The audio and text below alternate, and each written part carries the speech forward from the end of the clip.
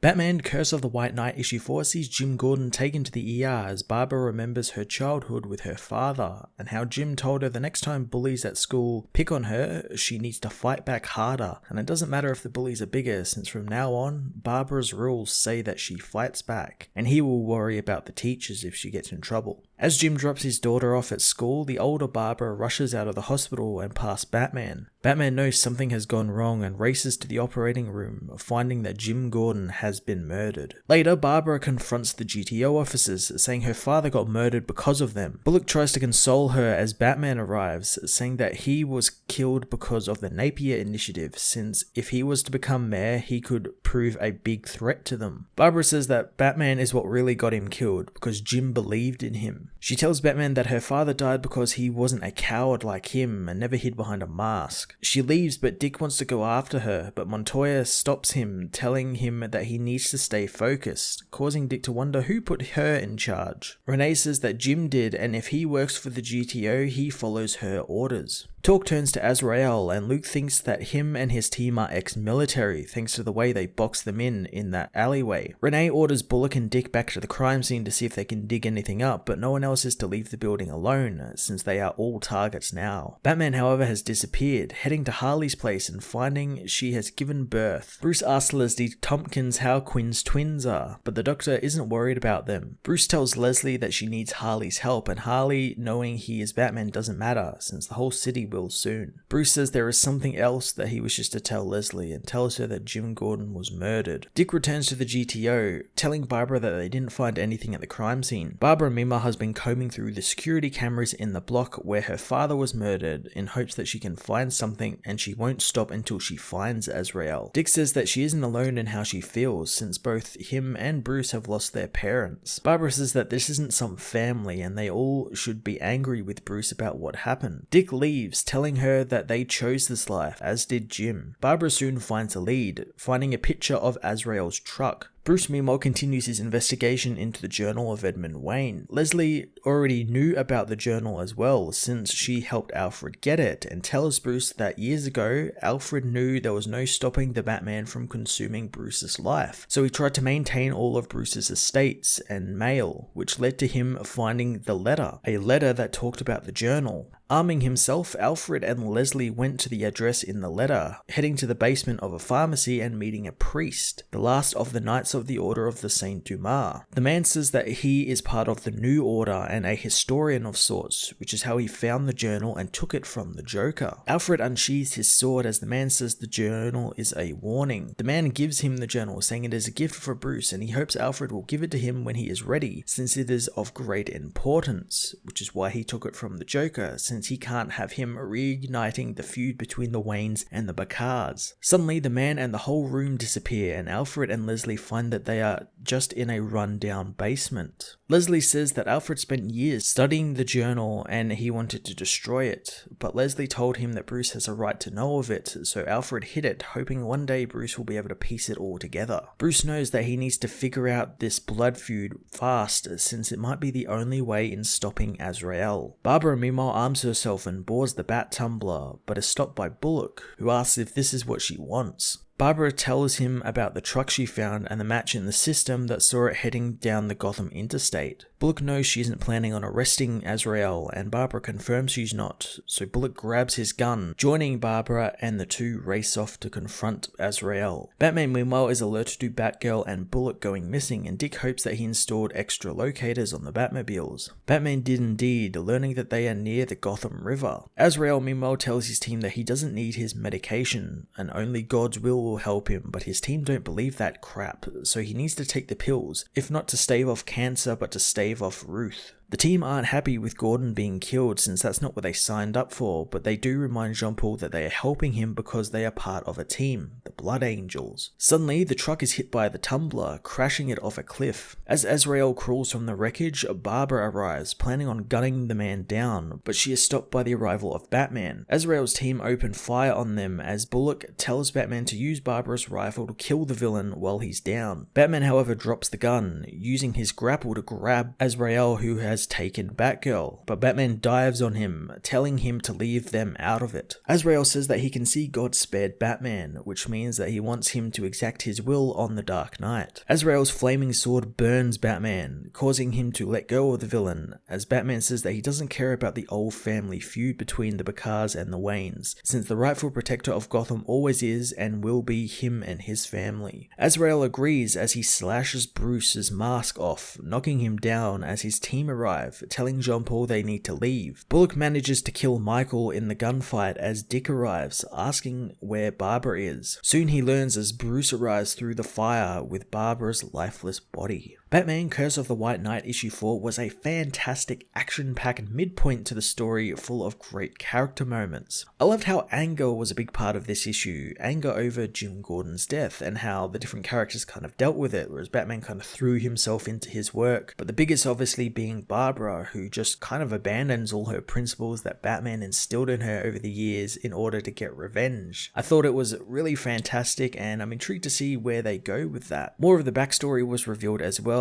and I just love how far-reaching the history of the story is, going all the way back to the Order of Saint Dumas and connecting all these little bits. It's really intriguing, a really great spin on the whole Nightfall, Azrael, Saint Dumas story. With the cliffhanger, I am really intrigued to see if Batgirl is indeed dead or not, and what will happen to the heroes now, especially since they managed to kill one of Azrael's team members. I'm going to give this issue a 9 out of 10.